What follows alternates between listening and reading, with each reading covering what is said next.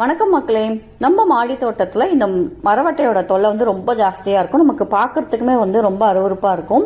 அது இல்லாம இது என்ன விதைகள் நம்ம போட்டாலுமே அந்த விதைகள் இது சாப்பிட்டுடும். அதான் விதைகள் முளைக்கவே விடாது. சோ இது நம்ம மாடி தோட்டத்துல இருக்கக்கூடாது அப்படின்னா ஒரு ஈஸி மெத்தட் நான் பர்சனலா ட்ரை பண்ணது உங்களுக்கு நான் சொல்றேன். இந்த போரிக் ஆசிட் நம்ம கேரம் போர்டு எல்லாம் விளையாடுறதுக்கு அந்த பவுடர் யூஸ் பண்ணுவோம் இல்லையா, அதுதான் அந்த போரிக் ஆசிட். அந்த பவுடர் நம்ம என்ன பண்ணலாம்னாக்க ஃபுல்லாவே எடுத்துட்டு எங்கெல்லாம் உங்களுக்கு மரவட்டை இருக்கோ அது எல்லா இடத்துலயுமே நீங்க தூவி விட்டுடுங்க.